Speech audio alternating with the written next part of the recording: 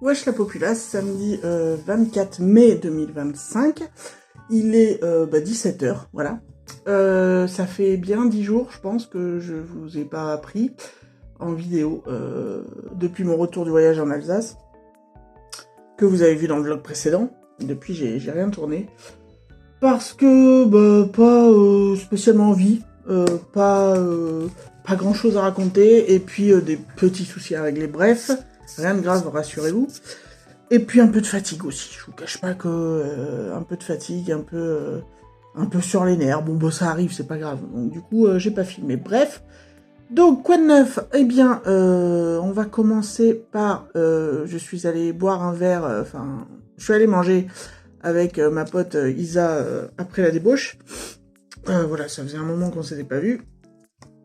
Et j'ai passé un très bon moment et je viens de rentrer il y a 5 minutes. Donc voilà, j'étais très contente de la voir. On se reverra bientôt, évidemment. Et puis voilà, donc j'attends. J'ai dû vous en parler dans le vlog précédent ou le vlog d'avant, je sais plus, bref. J'attends mon passage en commission pour un logement HLM mardi. Vous le savez, un T4 à l'endroit où je veux. Je vais peut-être rabâcher, mais on est 3 sur la commission, donc maintenant à savoir s'il va m'être attribué ou pas. J'aurai la réponse mardi, ça aussi ça me travaille un peu, je passe des nuits un peu particulières en ce moment. Et puis voilà, donc j'attends. Si c'est oui, je vais être très contente et en même temps, le niveau d'angoisse va monter. Parce que j'aurai qu'un mois, j'aurai toutes les démarches à faire pour déménager. Et vu que je suis déjà en HLM, c'est un autre office HLM, mais bon bref, en gros t'as un préavis d'1 mois à donner. Donc j'aurai un mois pour tout préparer, faire les démarches, faire les cartons, malgré le boulot, malgré les devoirs, parce que les gamins ont encore école.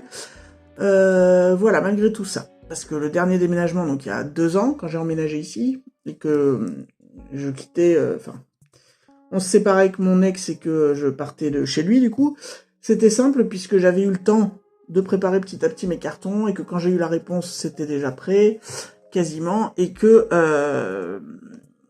voilà, je m'étais pris depuis le moment où on s'était séparés, c'est-à-dire juin, et j'avais préparé petit à petit toutes mes affaires dans des cartons, que là, j'aurais vraiment un mois pour tout faire, malgré le boulot, malgré le fait de s'occuper des gosses, de faire les devoirs, de faire la bouffe, de faire les courses, de faire... Alors, j'ai pas un grand logement, c'est sûr, c'est pas que j'ai beaucoup de choses, mais ça fait du boulot quand même. Et ça va pas mal me stresser, en plus des démarches pour couper... déjà, envoyer le recommandé à mon office HLM actuel, attendre qu'ils le reçoivent pour qu'ils me donnent la date de rendu des clés, savoir si ils font l'état des lieux, déjà la date d'état des lieux d'ici, pour savoir quand est-ce que je quitte ce logement, mais ça je le saurai quand j'aurai visité l'autre et que j'aurai une date pour les clés. Et je voudrais que ça se chevauche d'à peu près 1 semaine, que j'ai l'autre, que j'ai les clés de l'autre et que, grosso merdo, une bonne semaine après, je rende les clés d'ici. Pour pouvoir avoir le temps de faire un coup de ménage quand on aura fait le déménagement, enfin bon bref. En plus de ça, si ça fait comme quand j'ai emménagé dans celui-ci, puisque leur agence est à on va dire 1h30 de route, du coup, il avait fallu aller chercher les clés à 1h30 de route, signer le bail là-bas, et après, l'état des lieux entrant, j'avais 3 mois pour... eux l'avaient fait en amont, et j'avais 3 mois pour... Enfin bon bref, c'est un bordel. Bref, et là du coup j'espère que pour l'état des lieux sortant, ils se déplacent quand même, que j'ai pas, en plus de tout ça, du boulot, des démarches, des machins, des cartons, des trucs, trouver un créneau, déplacer mes horaires, déplacer mes trucs pour pouvoir aller leur rendre leur putain de clé. Ça aussi ça me stresse un peu, verra bien. Enfin bon bref, on va procéder par étapes, on va attendre mardi. Mais d'un autre côté, ça serait l'idéal de déménager maintenant, bon sachant que le déménagement, pour le coup, de cet appart au prochain, en gros on est à même pas 3 minutes en voiture, donc ça va aller. Ouais, c'est beaucoup de stress qui vont monter, qui commence déjà un petit peu, hein, donc on verra bien. Mais oui, ça serait l'idéal parce que ça permettrait... là, ils sont en fin d'année scolaire, on va entamer les vacances d'été, que au moment des vacances d'été, ils partent 3 semaines chez leur père, donc si j'ai les clés à peu près par là, ça me permet de tout... J'aurai ces 3 semaines-là pour tout aménager correctement, et quand ils reviennent, passer 2 semaines en plein milieu juillet-août, là, avec moi... qu'ils aient leur chambre de fête, qu'ils aient tout ça, et que on soit dans notre nouveau chez nous avant la rentrée scolaire. Voilà, Donc tout ça est mélangé. On verra mardi. On verra mardi, de toute façon on n'a pas le choix. Voilà. Autre chose, on est allé voir avec les petits Lilo et Stitch, le live action Disney au cinéma. Alors, première chose à dire, je suis une grande fan, parce que je l'avais vu au ciné, j'avais la vingtaine, de Lilo et Stitch, le long métrage d'animation de Disney qui est sorti il y a une vingtaine d'années, grosso merdo. Et j'ai eu tout de suite un énorme crush sur ce dessin animé, sur la petite bestiole, et puis sur l'histoire entre Lilo et Stitch, l'histoire de Lilo, l'histoire de Ohana signifie famille, famille signifie que personne ne doit être abandonné, enfin tout ça m'avait énormément touché et j'ai toujours adoré le dessin animé. Donc, ayant eu aussi des expériences malheureuses, on va dire, avec quasi l'intégralité des live-action Disney, les deux seuls que j'ai trouvé très bons, c'était la nouvelle version de Peter Elliott le dragon, parce que, même si dans le fond, ça avait, c'est cette histoire d'amitié entre ce petit garçon et ce dragon, c'était fait de façon différente dans le live-action, et ça amenait quelque chose, et j'avais trouvé le film très beau. Donc celui-là, je l'avais trouvé réussi. J'avais trouvé réussi Maléfique, le premier du nom, j'ai pas vu le 2, je sais pas ce qu'il donne, mais parce que c'était, entre guillemets, ça amenait quelque chose, parce que c'était pas une adaptation pur jus d'un Disney déjà sorti, c'était juste sur l'histoire de Maléfique. Donc je l'avais trouvé bien. Très bon même. Et puis je crois que c'est les deux seuls sur lesquels j'avais eu un coup de cœur. Beaucoup plus gros sur Peter Elliott le dragon quand même. Et les autres, je les ai trouvés très moyens, voire nulasses. Donc, étant grande fan de Lilo et Stitch à la base, je les ai emmenés, pour ma curiosité personnelle aussi, et puis, mes enfants ont vu le dessin animé d'origine il y a longtemps, donc ça va, je les ai pas emmenés découvrir celui-là en premier. Mais avec de l'appréhension, voilà, en me disant, s'ils font comme avec 98% des live-action qu'ils autoproduisent pour refaire les grands classiques, ça va être de la merde. Et finalement, non. J'ai pas trouvé que c'était de la merde. J'ai quelques reproches à faire au film, mais dans l'ensemble, j'ai passé un très bon moment. Donc j'étais agréablement surprise. Ça vaut pas le dessin animé d'origine, comme je le disais. Mais voilà, alors oui, ils ont refait des scènes exactement à l'identique, mais en réel, quoi. Notamment les scènes dans l'espace au début du film qui sont super bien faites. Ils ont inclus quelques nouveaux personnages, mais pas tant que ça, et je trouve que ça cadre bien, notamment le personnage de la voisine. J'ai pas souvenir qu'il y avait la voisine dans le dessin animé d'origine, ça fait longtemps que je l'ai pas vu, mais j'ai pas souvenir. Elle est pas beaucoup développée, mais elle amène un petit truc, donc j'ai trouvé que c'était sympa. L'histoire entre Lilo et sa sœur Nani, c'est globalement la même. Nani, qui est la grande sœur, doit s'occuper de la petite parce qu'elles ont perdu leurs parents, mais Nani est une grande sœur débordée, qui, dans le dessin animé d'origine, doit jongler entre son boulot, les démarches administratives, les contrôles des assistants sociaux vis-à-vis de la garde de Lilo, etc. Et qui est une grande sœur débordée. Donc là, elle est toujours aussi débordée, mais ils ont rajouté un arc en plus pour la grande sœur, qui est que elle aimerait, elle a des jobs basiques comme dans le premier dessin animé, mais que ça serait bien qu'elle reprenne ses études. Bref, donc ça a amené quelque chose aussi de sympa. La petite gamine qui joue Lilo, elle est adorable. Je trouve que ça lui va très bien. Physiquement, elle colle à Lilo. Sauf que il y a plusieurs scènes emblématiques quand même du dessin animé qui ne sont pas dedans, notamment plein de petites scènes entre Lilo et Stitch, des scènes comiques, parce que Lilo, c'est un peu la petite fille dépressive, parce que elle est rejetée par tout le monde, et en même temps c'est une gamine super intelligente qui a beaucoup de répartie, et en même temps elle essaye d'apprendre à Stitch comment moins être méchant. Et il y a beaucoup de scènes qui ont sauté, de petites scénettes comme ça, je trouve que c'est dommage. Et ils en ont respecté que 2, je crois. Celle où elle lui fait poser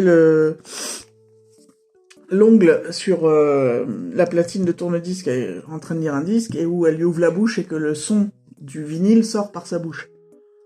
Mais comme elle est pas faite comme dans le dessin animé, il y a un truc qui marche pas trop.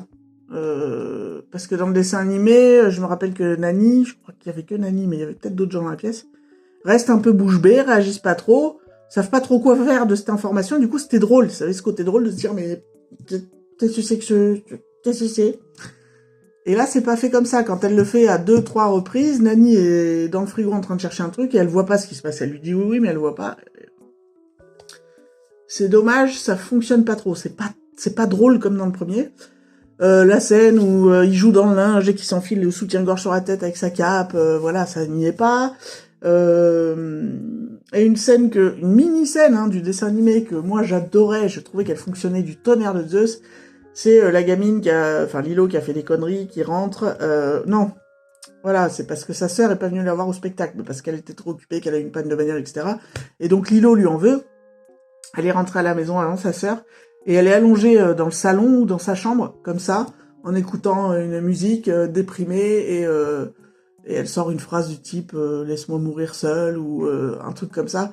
Mais dans le dessin animé, c'est drôle, parce que elle est animée, ça bouille, ça gouaille, ça passe très bien, c'est drôle, parce que tu sens la petite fille qui joue l'adulte qui est à bout, et c'est très drôle dans le dessin animé, et dans le film, peut-être parce que la gamine joue pas assez bien, ou peut-être juste parce que ça marche pas dans un film, j'en sais rien. La scène n'a pas cet effet comique. Ça ne marche pas. Bon, c'est des petits détails. Ensuite, l'autre reproche que j'ai à faire au film, c'est Jumba et Pixie, je sais plus.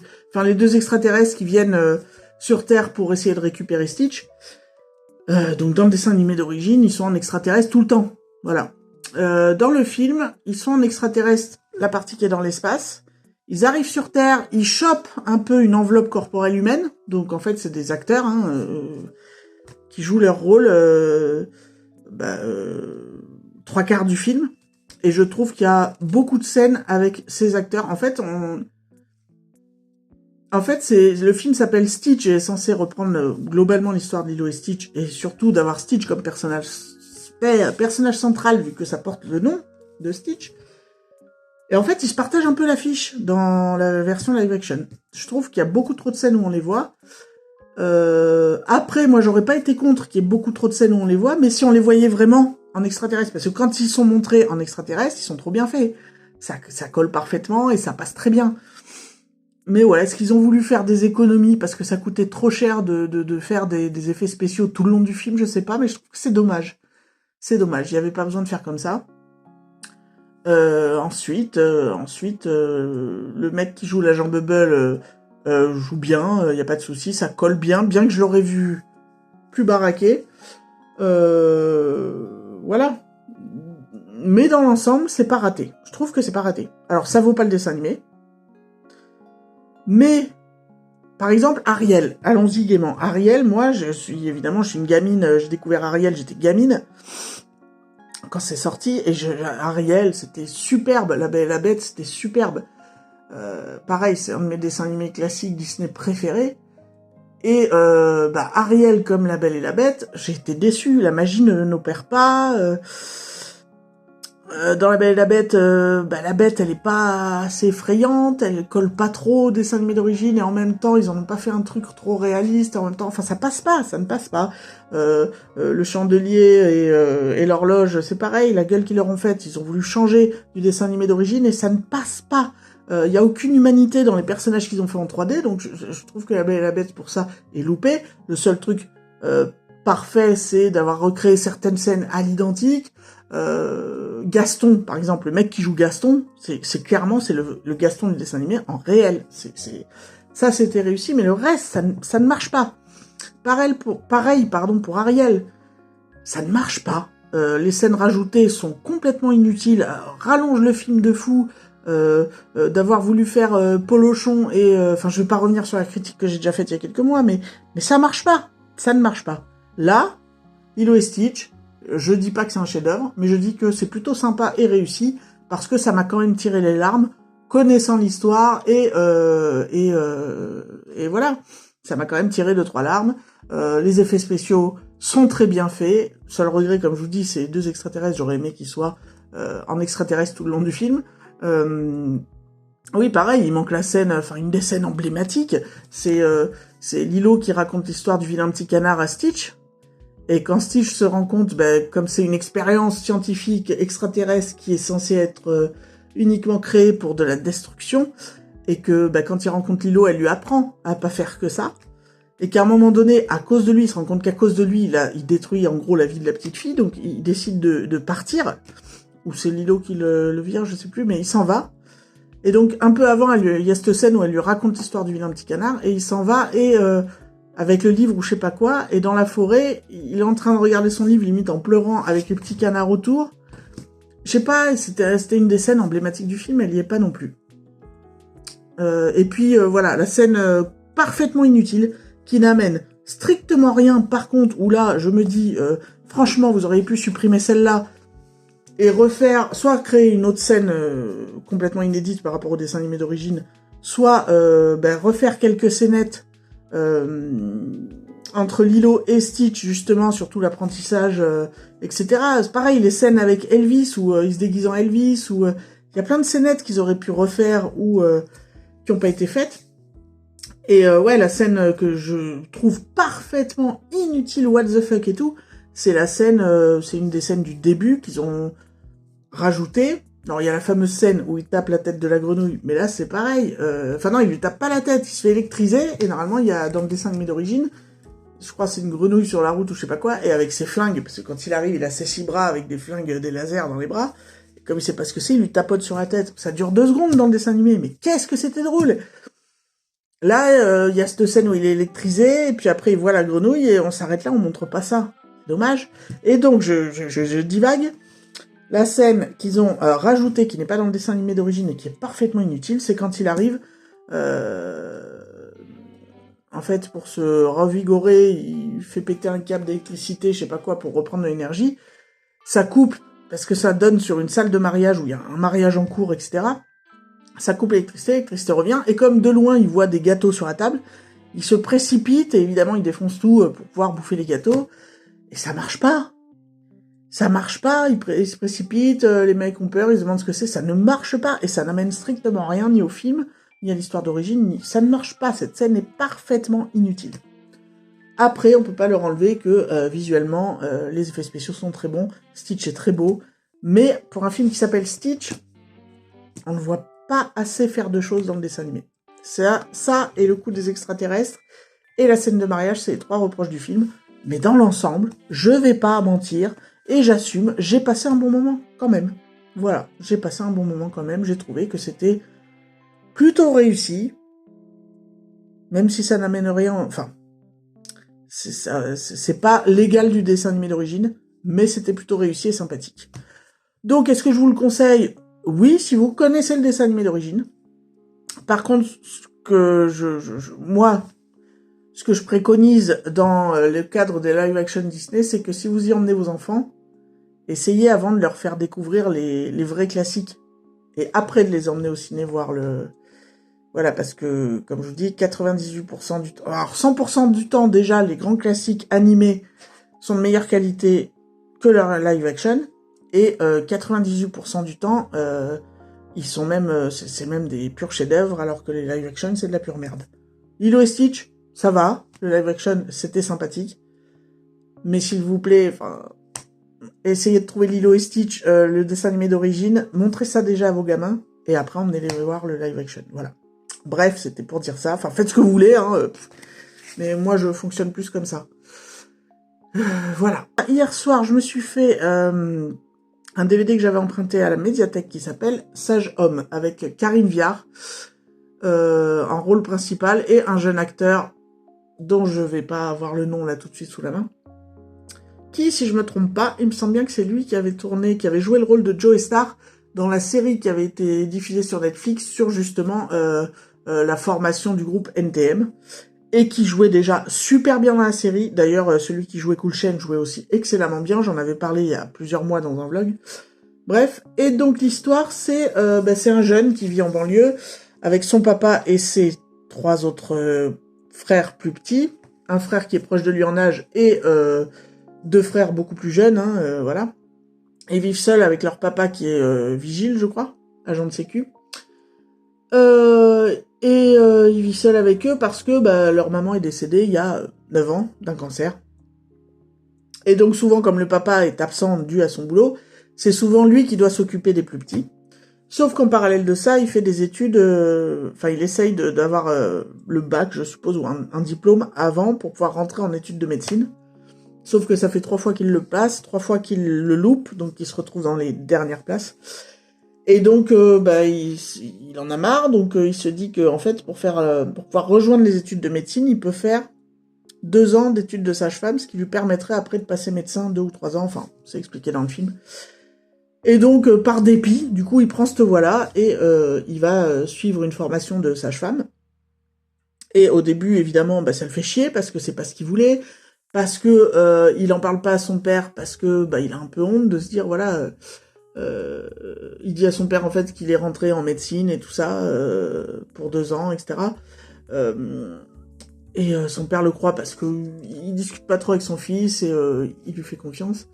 Et donc il rentre là-dedans et il rencontre lui, sa formatrice, c'est une sage-femme qui est là depuis 25 ans, jouée par Karine Viard, et au début ça se passe pas bien, parce que comme je vous dis, ça ne l'intéresse pas de faire ça l'emmerde, lui il se dit juste, allez, je vais passer 2 ans là pour faire plaisir, et après je passerai médecin.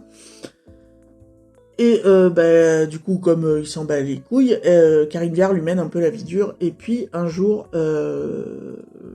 on lui explique qu'en fait, s'il sort pas les doigts du cul, il va devoir quitter la section, et que du coup, il peut dire adieu encore une fois à la médecine. Et du coup, il décide de se motiver, de montrer qu'il est motivé, etc. Et donc, c'est tout ce parcours de ce jeune homme en études de sage-femme, avec les préjugés qu'il a là-dessus, les préjugés sur le fait que c'est censé être un métier que de femmes. Il apprend plein de choses. Alors, c'est un film français, hein. N'y voyez pas de méchanceté, mais c'est un film français. Moi, c'est les films français que j'appelle les téléfilms, tu vois. C'est des trucs qui... Ça va très bien à la télé. Mais payer une place de ciné pour aller voir ça, non. Je suis désolé, mais non.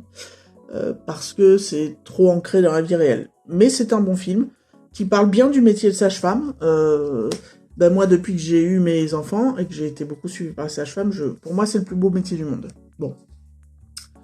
Le jeune acteur en question joue encore une fois très très bien. Karine Viard, bien sûr, Karine Viard joue bien.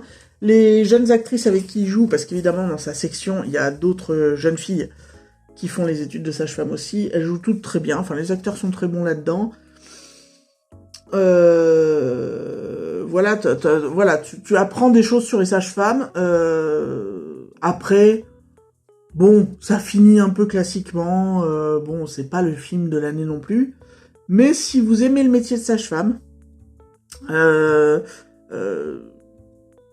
et puis voir comment un homme peut évoluer dans ce genre de boulot aussi, c'était sympa. Voilà, j'ai passé un bon moment quand même. Si vous aimez ce genre de film un peu social, je vous le conseille, c'était un bon moment. Et tiens, d'ailleurs, ils expliquent au début du film, quand ils rentrent en études, parce qu'il y a quelques passages où ils sont en cours, donc tu entends des bribes du cours, et que sage-femme, en fait, sage, ça veut dire sachant. Et femme, c'est pas parce que c'est censé être des femmes qui savent, c'est parce que c'est censé être des savants des femmes, des sachants des femmes, donc ceux qui connaissent les femmes, voilà. Donc, lui, le titre c'est sage-homme, mais en fait, c'est un sage-femme. Et le nom pour un homme qui est dans ce boulot-là, c'est sage-femme. Donc c'est très bien, parce que c'est souvent, si ça vous arrive de parler de ce genre de truc, tu te dis, mais si, il y a un mec qui est là-dedans, comment tu l'appelles? Ça doit être un sage-homme. Non, c'est une sage-femme. C'est un sachant de la femme. Donc je trouvais ça intéressant, ça répond à une question de longue date que je me posais. Et puis voilà, par contre, regardez pas ça avec des enfants, parce qu'il y a 2-3 passages un peu en gros plan sur l'accouchement, qui durent très peu de temps, mais quand même. Donc peut-être avec des enfants en bas âge, regardez pas spécialement. Et puis, il y a un passage où psychologiquement c'est un petit peu dur, parce que voilà, je veux pas spoiler le film, mais Ouais, si vous êtes sensible à ce genre d'image, si vous avez des jeunes enfants et si vous êtes sensible au drame qui peut survenir aussi de temps en temps lors des naissances, peut-être éviter. Ça tourne pas autour de ces drames-là, ça tourne pas autour... vous avez pas des images d'accouchement toutes les 3 minutes, pas du tout. Il y a deux scénettes de quelques secondes où on voit un peu en gros plan l'accouchement. et une petite scène autour d'un drame, autour de la naissance. Donc voilà, ça, c'est les trigger warnings. Mais après, voilà, je trouve que c'est un beau film sur le métier de sage-femme malgré tout. Et encore une fois, cet acteur-là, je sais pas s'il a joué dans beaucoup de choses, mais je trouve qu'il est très prometteur.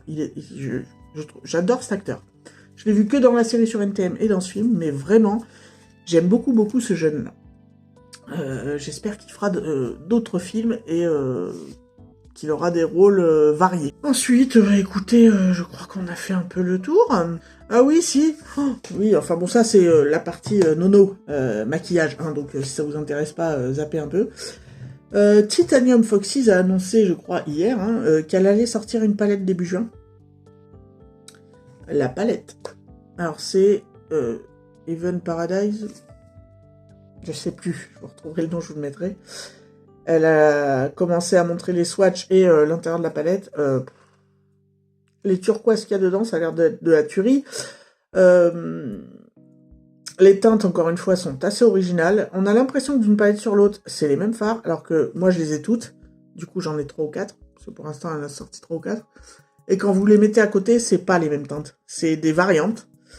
Mais c'est pas les mêmes teintes, c'est des variantes quand même assez tranchées. Et les duochromes qui des fois, les multichromes qui des fois peuvent pour certains se ressembler, en fait sont totalement différents entre eux quand vous les swatchez. Donc à chaque fois c'est des nouveautés. Et je dois avouer que là les turquoises là-dedans ils ont l'air ouf. Et je sais très bien que les multichromes seront encore plus dingues que les swatchs qu'elle montre maintenant et que ce qu'on voit dans la palette. Quand on les applique, les effets sont encore plus dingues. Et j'ai très hâte d'en voir plus et d'en savoir plus sur cette palette. Bon, maintenant, clairement, si mardi j'ai une réponse positive, l'achat de cette palette va pas être une priorité, mais étant donné qu'elles ne ce sont pas des éditions limitées, elles restockent régulièrement, donc à un moment donné, je me la procurerai. Mais voilà, Titanium Foxys, qui, je crois, je peux le dire, je me faisais la réflexion hier, est devenue ma marque de palette préférée. Mais vraiment, niveau qualité, c'est français, je vais me répéter, hein. C'est une marque créée et fabriquée en France, enfin fabriquée en France non, mais créée en France par une Française qui fait des fards de super bonne qualité, qui est très sympathique en plus. J'échange rarement mais de temps en temps un peu avec elle vite fait sur les réseaux. Et qui nous propose des color stories de dingue, donc c'est du vrai make-up indépendant français. Pour l'instant, elle a sorti que des palettes et, me semble-t-il, des strass. C'est sûr, elle a sorti des strass en plus. Mais qu'elle continue. Alors oui, certes, c'est des palettes à une 50aine d'euros. Mais j'ai envie de vous dire, 50 euros pour une créatrice française, d'une marque française. Donc du coup, vous payez pas de gros frais de livraison ni de douane, hein, encore moins, si vous êtes en France. Que si ce genre de phare, de qualité de phare, c'est des genres de qualité de phare qu'on va retrouver chez Gourmand Girl, c'est au-dessus même. J'allais dire chez Glamlight, mais non, la qualité est au-dessus de Glamlight. Voilà, sur des marques un peu type Gourmand Girls et tout ça. Hensley Rain aussi, parce que j'ai une palette Hensley Rain qui est... c'est cher, hein, Hensley Rain. Les fards sont très bons, mais je trouve... au niveau des mats, les mats de chez Titanium Foxys sont un petit peu plus secs, mais je trouve qu'ils sont de meilleure qualité à l'application que les fards de chez Hensley Rain. Quant aux fards multichrome, c'est kiff-kiff. Hein. Donc si vous adorez la marque Hensley Rain, vous allez trouver moins cher chez Titanium Foxys, vous allez acheter français, vous allez soutenir une créatrice française de make-up. Enfin bon, bref, je m'égare, mais à chaque fois je répète la même chose, mais vraiment... c'est ma marque préférée, c'est devenu ma marque préférée au fur et à mesure des sorties, des make-up, des looks de dingue qu'on fait avec, des couleurs super originales, enfin, voilà. Donc, j'ai très hâte qu'elle sorte sa palette et on verra. Voilà pour les nouvelles. Écoutez, je sais pas quand je vous reprendrai. Je vous reprendrai sûrement pour vous donner la réponse de la commission de mardi, oui. Et puis après, selon le cas, si j'entame les démarches et les cartons, je vous reprendrai peut-être pas avant un petit moment. Donc, voire même, je sais pas si j'aurai le temps de faire le montage. On verra. Donc je sais pas quelle gueule aura ce vlog. Sans doute que vous l'aurez avec des jours très très espacés, ou alors qu'il sera très court parce qu'il y aura que cette partie-là et la réponse de la commission. Enfin, j'en sais rien. Je sais même pas quand vous l'aurez. Donc bon, en même temps, c'est pas grave. YouTube, ce n'est qu'un loisir, donc c'est pas très grave. Je suis pas dépendante de ce que vous souhaitez, étant donné que c'est juste du loisir. Voilà, bref, on s'en fout, je sais pas pourquoi je divague à ce point. J'avais oublié de vous parler d'un truc. On a déposé mercredi le dossier d'inscription pour la section artistique pour la rentrée en 6e d'Audric. Donc maintenant, il n'y a plus qu'à croiser les doigts à savoir s'il sera pris dans cette section artistique ou pas. Donc voilà, donc il a rendu son petit dossier avec sa petite lettre de motivation, ses 3 dessins qu'il a fait exprès pour, et donc il y avait 2 dessins et une petite bande dessinée, puisque voilà, c'est une section un peu artistique, il a voulu montrer un peu ce qu'il savait un peu faire pour l'instant. Et puis il a fait aussi un petit court-métrage en pâte à modeler, dont il a eu l'idée, dont il a fait le personnage, qu'il a animé, parce que le personnage fait des choses pendant ce petit court-métrage, et qu'à chaque étape où il fait ces choses, il a fallu le refaire, parce qu'il était complètement déformé, vu que c'était de la pâte à modeler classique. Donc il a fait l'histoire, il a fait le bonhomme, il l'a animé, il a pris les photos, et après, pour le montage, je l'ai aidé, parce qu'il a jamais touché le logiciel de montage, donc lui a choisi tous les effets, et moi je faisais ses effets. Et donc au bout du bout, ça fait un court-métrage de 52 secondes, avec petit générique d'intro, petit générique de fin, etc. Et je vais vous en montrer une version raccourcie juste après, parce que c'est très chouette ce qu'il a fait, je trouve, pour son petit niveau. C'est la première fois qu'il faisait ce genre de choses, et le résultat est super sympa. Et voilà, il a choisi la musique, il a fait les bruitages aussi, la voix du bonhomme... il a choisi tous les effets, il a animé son bonhomme, il a créé son bonhomme, enfin... je trouve qu'à son petit niveau de gosse de 10 ans, qui rentre en 6e en septembre, je trouve que c'est très sympathique comme rendu. Donc je vous partage, mais une version plus courte, parce qu'évidemment, il y a à la fin du petit court-métrage, il y a une dernière petite scène où on le voit, et vous le savez, je ne veux pas montrer sa tête dans les vidéos.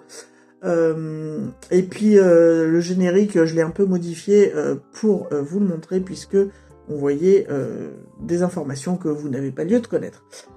Idem pour le générique de fin, voilà, qui du coup est supprimé, je pense, puisque je voulais pas vous montrer les infos qu'il y avait dedans. Je vous laisserai donc apprécier le boulot de Audric. Alors, sachant que au total, pour monter ce petit court-métrage, tenez-vous bien, il a fait 297 photos. Et au total, du moment où il a... Alors, je compte pas le moment où il a eu l'idée de l'histoire, mais du moment où il a fabriqué son bonhomme, parce qu'on s'y est mis sur une journée, du moment où il a fabriqué son bonhomme, au moment où on a eu fini le montage, donc toute l'étape tournage, prise de photos, etc., montage avec les effets, les trucs, les machins, ça lui aura pris 4h30 pour faire un court-métrage qui, au final, le court-métrage intégral fait 52 secondes. À son petit niveau à lui. Alors c'est là qu'on comprend mieux pourquoi pour les longs métrages d'animation, ça met entre 2 et 5 ans à se monter quand même. Les longs métrages d'1h30 d'animation de ce type. Bon, évidemment, avec du meilleur matos et des vrais pros, mais quand même, tu comprends pourquoi il y a autant de monde sur les tournages et pourquoi ça dure aussi longtemps. Bref. Donc oui, je suis très très fier du dossier général qu'il a rendu, et très très fier de ce petit boulot dont il a eu l'idée et dont il a fait l'exécution. Je suis très fier de lui. Voilà, je suis très fier de lui. Et comme je lui ai dit, s'ils te prennent pas, c'est pas grave, t'auras fait un super boulot, et moi je suis fier de ce que t'as fait, et c'est très chouette, c'est très très chouette. Voilà, donc il stresse un peu parce qu'il aimerait bien être pris, mais comme je lui ai dit quand on a posé le dossier, parce que quand on a posé le dossier, il me dit « Mais maintenant, maman, je stresse. » Je dis « Pourquoi tu stresses ?»« Mais parce que maintenant, il faut attendre la réponse. » Puis je dis « Mais oui. » Bon, alors déjà, les chiens font pas des chats, moi étant une grande angoissée, forcément, il faut bien qu'il y en ait un qui en hérite. Mais je lui ai dit « Mais t'as plus à t'angoisser maintenant. » Je dis « C'est bon, t'as fait le maximum de ce que tu voulais faire, t'y as mis tout ton cœur, on a posé le dossier, maintenant tout ce que t'as à faire, c'est attendre. » tu auras pas de regrets, parce que tu sois pris, bien sûr c'est l'idéal, ou que tu sois pas pris, tu auras donné tout ce que tu pouvais, tu auras fait ton maximum et tu y auras mis tout ton cœur. Donc maintenant il n'y a plus qu'à attendre le résultat, mais de toute façon tu ne pourras rien y changer, donc il n'y a pas besoin de stresser. Bref, je vous laisse donc avec le petit court-métrage d'Audric, et on peut dire qu'en quelque sorte, Audric vous présente Blobby.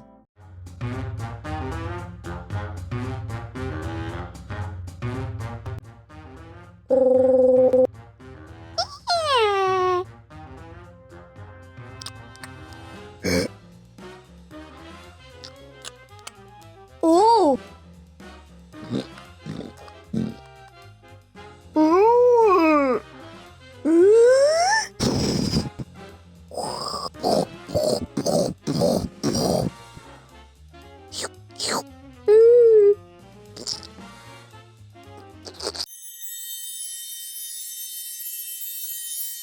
Wesh la populace, dimanche 25 mai 2025.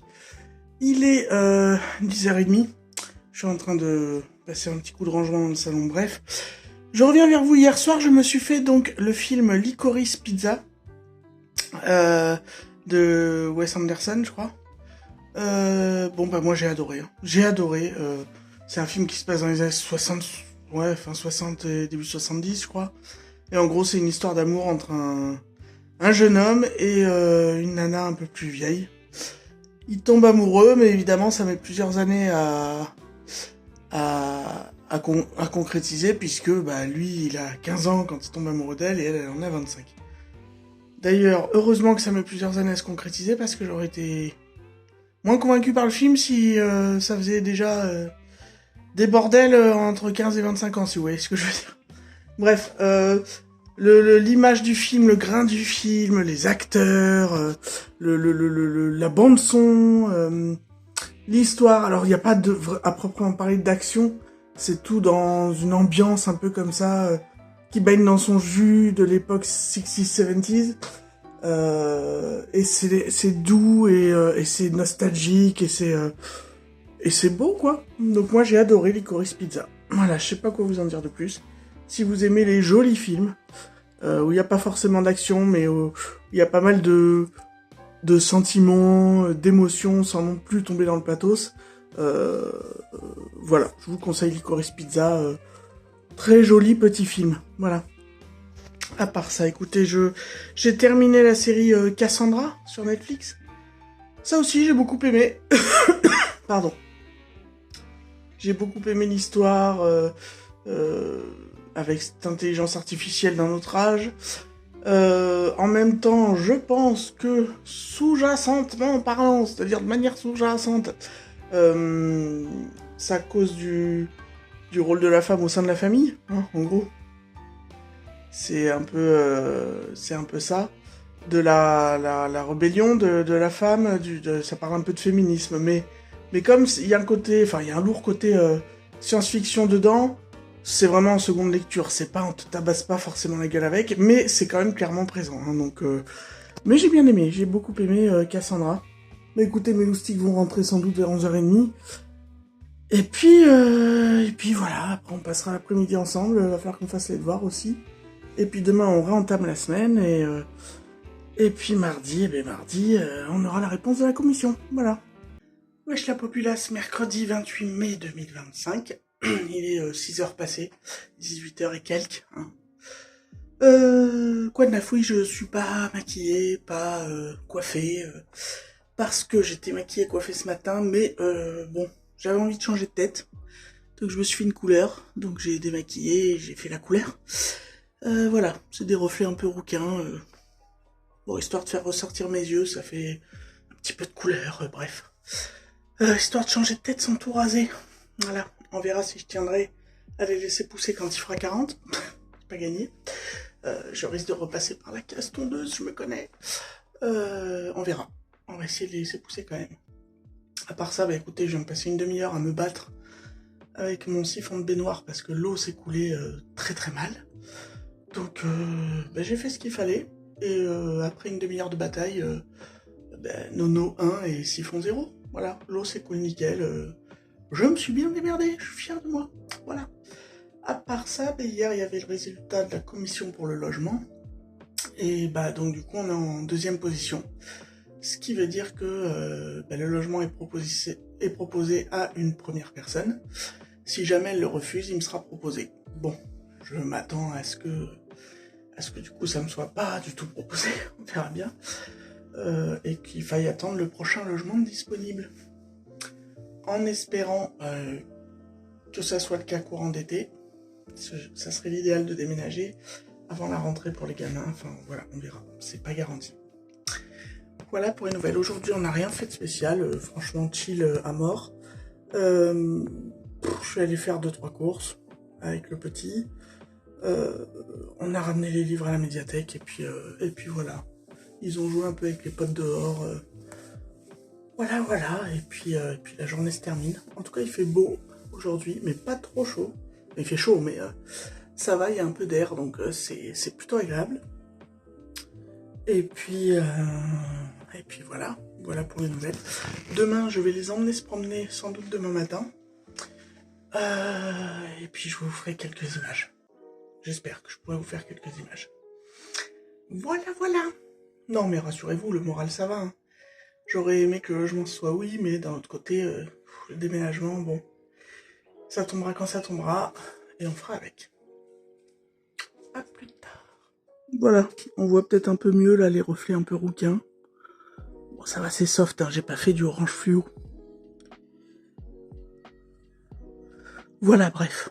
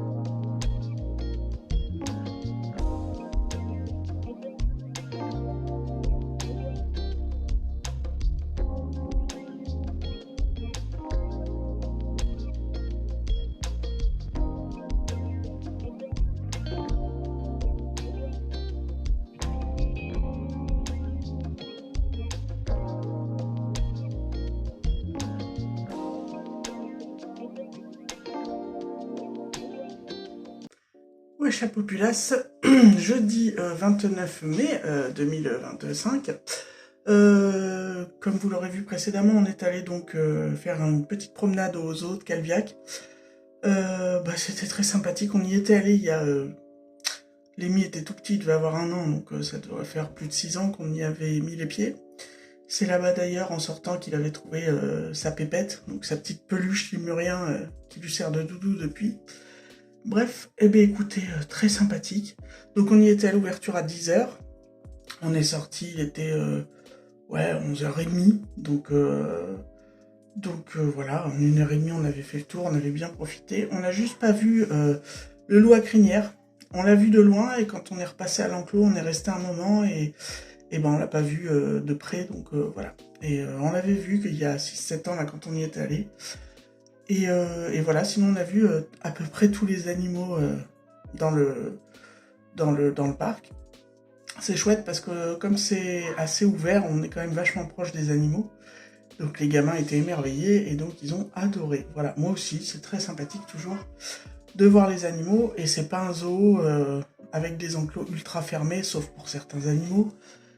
Et du coup, voilà, on n'a pas l'impression qu'ils sont si malheureux que ça. Après, ça reste un zoo, donc bon. On a passé un très bon moment. Il y a juste au début, là, quand on était aux cigognes, parce que moi, les gamins n'ont pas fait de bruit, hein, en plus on est briefé avant par la nana à l'accueil, qui explique qu'il faut pas crier, etc. Il y a juste Lémi qui parlait, parce que « Oh, elle est jolie la cigogne et tout !» Et il y avait un touriste, avec sa femme et les 2 petits garçons, 2 petits bonhommes, et à un moment donné, on entend faire « Chut !» J'ai cru qu'il parlait au sien, bon. Puis à un moment donné, Lémi qui parlait de la cigogne, et il se retourne, il fait « Chut !» comme ça. Je fais « Oh, je dis, vous vous calmez là ?»